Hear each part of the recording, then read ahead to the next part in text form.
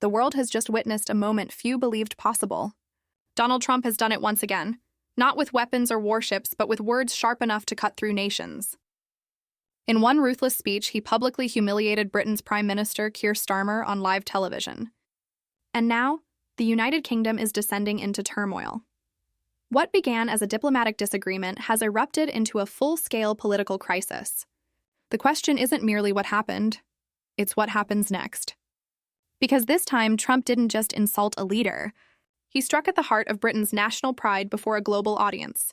It began late in Washington, under the glare of cameras and the weight of anticipation.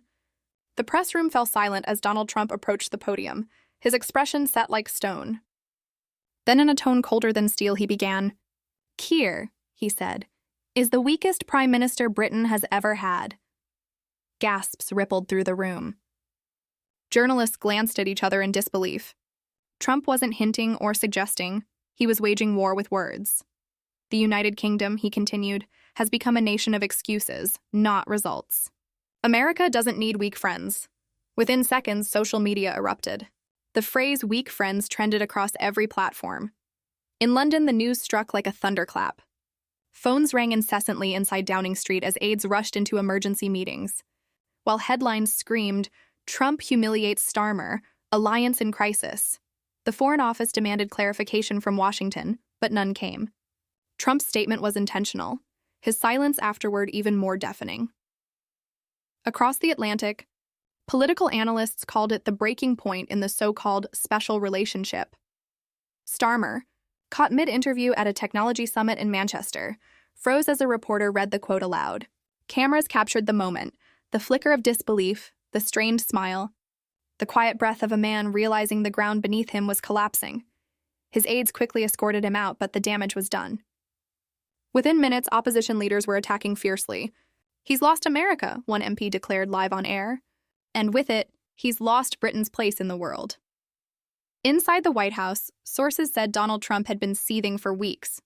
Intelligence briefings indicated that Keir Starmer's government had advanced secret trade discussions with the European Union, allegedly sidelining Washington's interests.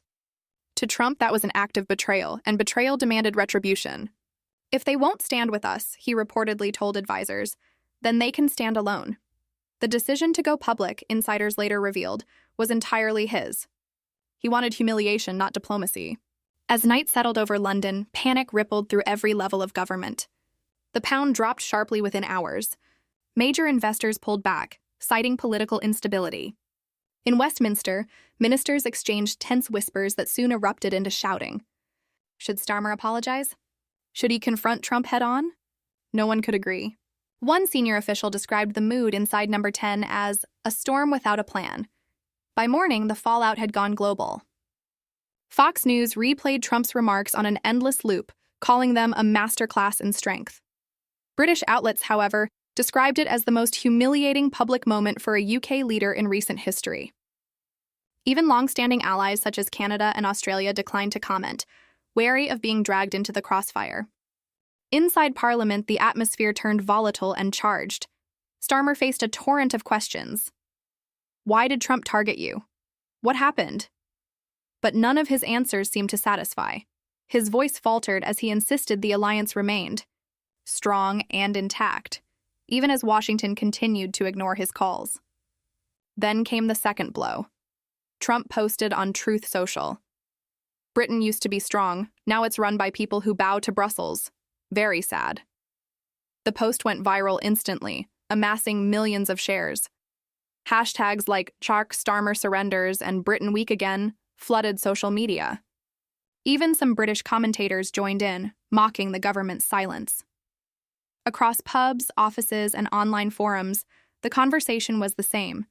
Had Britain finally lost its place in the world? In the City of London, traders whispered about an approaching financial shock. This was no longer just politics. One analyst told reporters, "This marks the beginning of economic retaliation." Rumors circulated that Donald Trump was considering fresh tariffs on British imports and reviewing all defense contracts with UK firms. Panic began to seep through the markets like poison in the bloodstream. Inside Buckingham Palace, the mood was tense. Advisors to the king reportedly described Trump's remarks as a national insult. Emergency meetings were convened, yet even the palace's words of reassurance failed to calm the growing storm. Outside, demonstrators gathered near Parliament Square, some calling for Starmer's resignation, others waving American flags. By the third day, the crisis had engulfed Britain like a wildfire, with no firefighters left to contain it. The streets of Westminster were no longer filled with quiet political chatter, but with angry chants, raised placards, and the palpable scent of fear in the cold October air. Every headline screamed the same message: Starmer humiliated, Britain in free fall. The Prime Minister's approval ratings were plummeting faster than the pound. Analysts described it as a slow-motion collapse of leadership. Inside Number 10, the atmosphere was suffocating.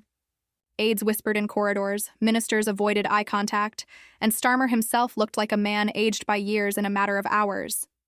Sleep-deprived and surrounded by turmoil, he faced the cameras once more, insisting that the United Kingdom would not be bullied.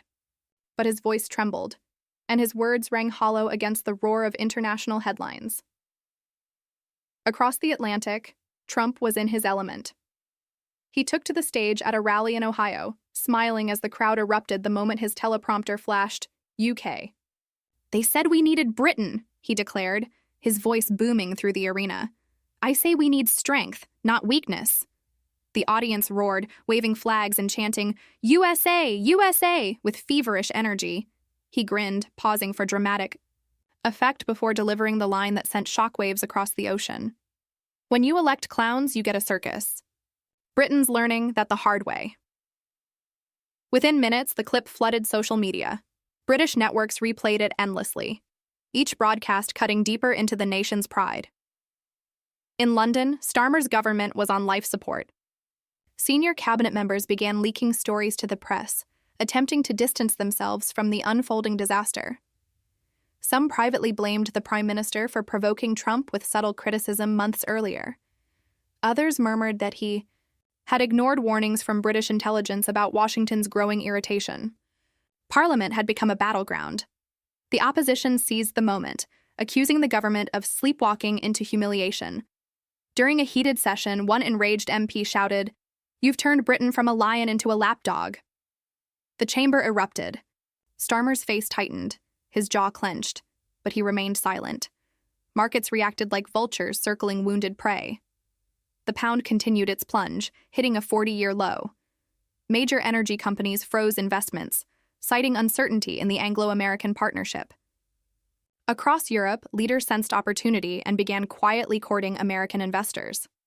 Paris and Berlin released carefully worded statements expressing their confidence in U.S. leadership.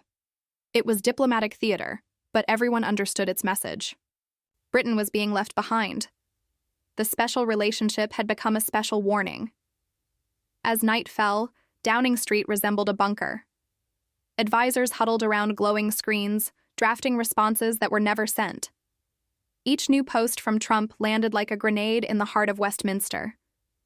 "Britain needs to stop pretending it's powerful," he wrote one evening. "We tried to help, but they've lost their way." The words struck harder than any sanction. They weren't policy, they were punishment.